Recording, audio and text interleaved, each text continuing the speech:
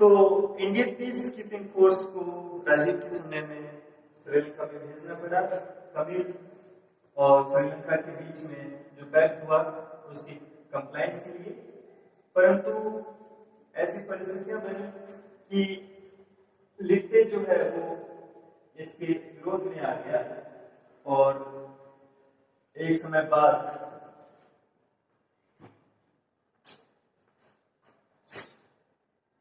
17 मई 1991 को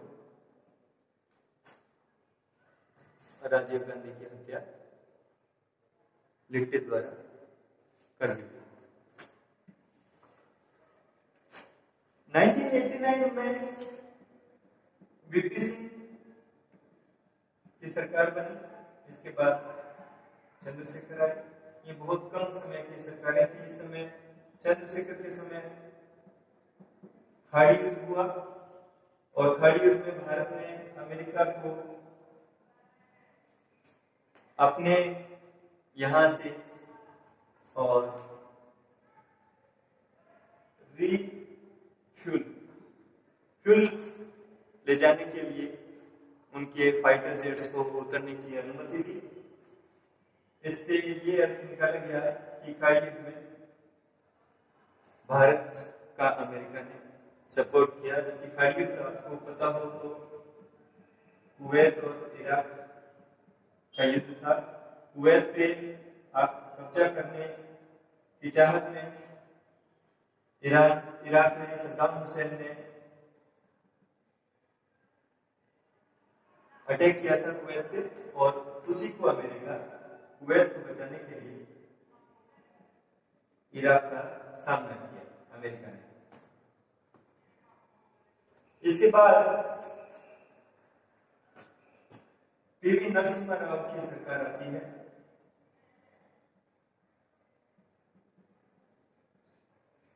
इस समय सबसे बड़ा चैलेंज है भारत का के सामने वो ये है कि इस समय नरसिम्हा राव के टाइम में यूएसएसआर का विघटन हो चुका था। यूएसए के नेतृत्व में एक तरीके से एक ध्रुवीय विश्व का आरंभ हो चुका था, यूनिपोलर वर्ल्ड। यूनिपोलर वर्ल्ड में अब अमेरिका प्रमुख था और अमेरिकन हेजेमनी, अमेरिकन डोमिनेंस बढ़ रहा था। क्योंकि 1971 में इंडिया का यूएसएसआर से पैक्ट हो चुका था, तो उसके बाद 1977 में जब जनता दल की सरकार आती है तो उन्होंने शुद्ध गुप्त निरपेक्षता का नारा दिया था मोरारजी देसाई ने। उसके कारण 1971 का पैक्ट है वो इन्होंने काउंटर बैलेंस करने की कोशिश की और 1991 में अब यूनिपोलर वर्ल्ड में सबसे बड़ा जो चैलेंज था वो ये था कि अब समाजवादी धड़े से भारत को सपोर्ट नहीं मिल सकता था, क्योंकि यूएसएसआर का विघटन हो चुका था। ग्लोस्नास्ट और पेरेस्ट्रोइका की नीतियां जो गवर्नमेंटों द्वारा प्रतिपादित की गई थी, पुनर्संरचना और ओपननेस सुधार की, उनसे यूएसएसआर का विघटन हुआ और समाजवाद से अब भारत को बहुत आसानी नहीं थी और भारत को अपने आप को अब पूंजीवादी प्रणाली में ढालना था। एकमात्र विकल्प, संपूर्ण विश्व के राष्ट्रों के समक्ष एकमात्र विकल्प यही था। चंद्रशेखर के समय में ही सबसे बड़ी समस्या आ चुकी थी, जब भारत को एक्सपोर्ट करने के लिए, इंपोर्ट एक्सपोर्ट करने के लिए अपना सोना गिरवी रखना पड़ा।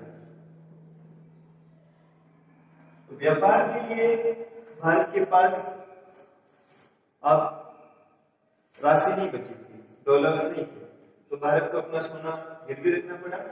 भारत भी एक तरीके से भारत का आर्थिक परिदृश्य भी, यदि हम फॉरेक्स देखें, फॉरेन एक्सचेंज देखें, तो सही नहीं था। इनमें सुधार की कोशिशें हुई। भारत में लिबरलाइजेशन, प्राइवेटाइजेशन और ग्लोबलाइजेशन का दौर प्रारंभ हुआ। भारत ने भी एलपीजी को स्वीकार किया। लिबरलाइजेशन, प्राइवेटाइजेशन, ग्लोबलाइजेशन, उदारीकरण,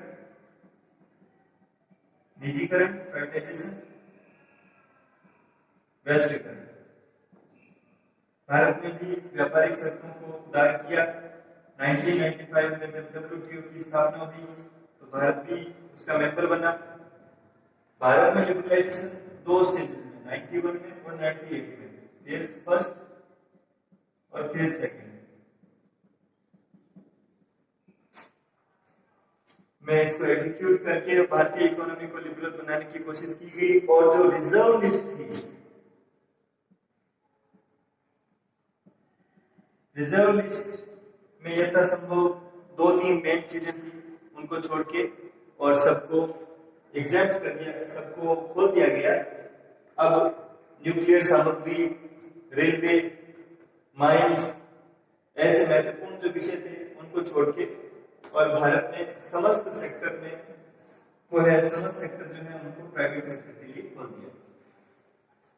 इन सारी चीजों के परिणामतः भारत धीरे धीरे इस नए वैश्विक परिदृश्य से तालमेल बैठाने में सक्षम रहा। और नरसिम्हा राव के बाद देवगौड़ा, उनके बाद गुजराल ने गुजराल डॉक्ट्राइन दी,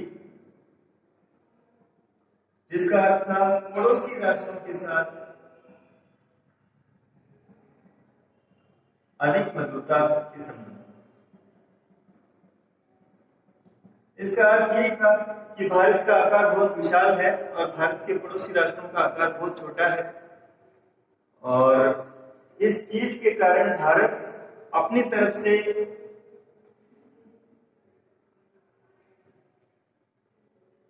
कोई प्रत्याशा न रखते हुए पड़ोसी राष्ट्रों के साथ मित्रवत आचरण करे, उनको जब जरूरत हो तो उनको सहयोग प्रदान करे। तो पड़ोसी राष्ट्रों के साथ और मधुरता के संबंध पर गुजराल डॉक्ट्रिन है वो बल देती है। इसके बाद अटल बिहारी वाजपेयी की 13 महीने की सरकार आती है, और उसके बाद फिर उनकी 4 साल की सरकार। वाजपेयी जी के समय में 1998 में पाकिस्तान ने फिर भारत पे मुजाहिदीनों के रूप में आक्रमण किया, और ये कारगिल सेक्टर में इंटरवेंशन होता है, तो इसलिए कारगिल युद्ध भी बोला जाता है इसे। पाकिस्तान की कारगिल पे और सर्दियों के समय ये इंटरवेंशन कब्जा करने की कोशिश थी, इसको भारत ने विफल किया और पाकिस्तान को एक्सपोज किया। वैश्विक मंच पे भारत ने पाकिस्तानी सेनाध्यक्ष और उस तत्कालीन राष्ट्रपति परवेज मुशर्रफ की जो बात थी उसको अपने राडार से कैप्चर किया और उसको इंटरनेशनल मीडिया में और भारत में भी प्रसारित किया। इससे पाकिस्तान के जो मंसूबे थे और इनकी जो आगरा लाहौर बस थी,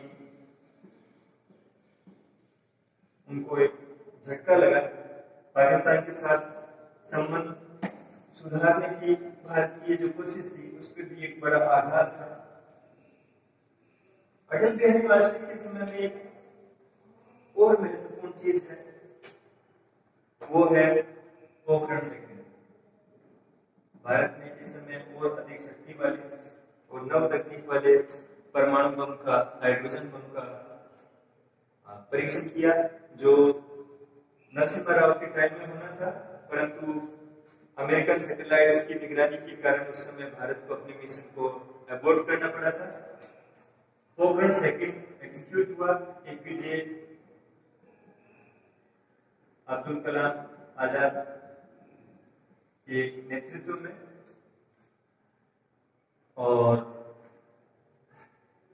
इसी के कारण आगे चलकर कलाम साहब भारत के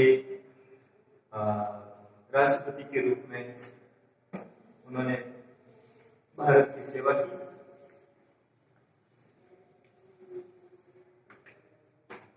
वाजपेयी जी के बाद मनमोहन सिंह सरकार आती है, जिसे यूपीए फर्स्ट बोलते हैं, जो 2004 से लेकर 2009 और 2009 से लेकर 2014 ये यूपी फर्स्ट है, ये यूपी सेकंड है। यूपी फर्स्ट में मनमोहन सिंह सरकार के सामने सबसे बड़ी समस्या थी विद्युत आपूर्ति की। इसी के चलते यूएसए से एक एक्ट हुआ, इसे हेनरी जे हाइट एक्ट भी कहते हैं।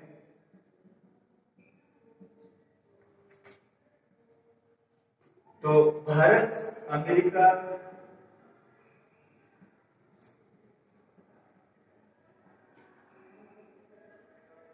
परमाणु ऊर्जा समझौता,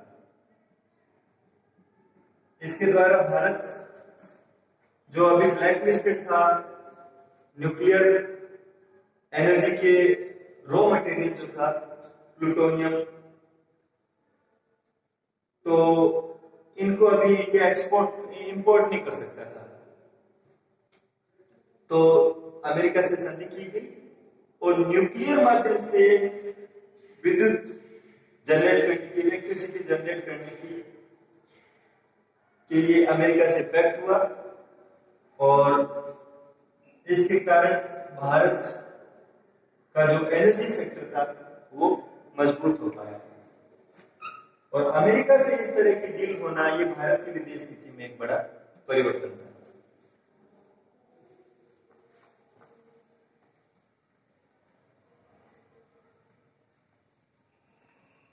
यूपीए सेकंड के टाइम में भारत पे पाकिस्तान द्वारा सबसे बड़ा हमला ताज होटल पे हमला 26/11 के रूप में याद किया जाता है।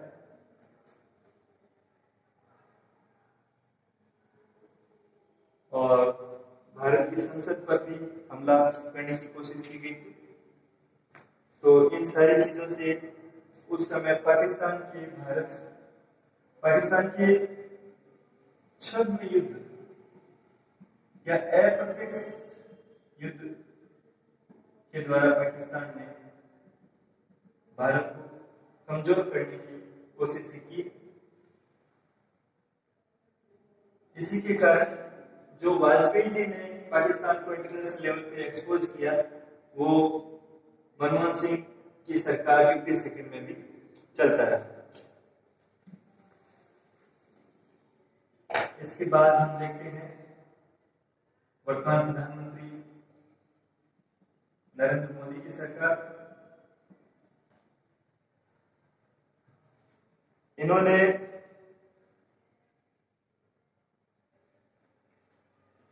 समस्त पड़ोसियों के साथ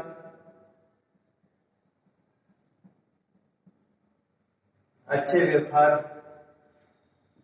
को बनाए रखा, पड़ोसियों को सम्मान दिया,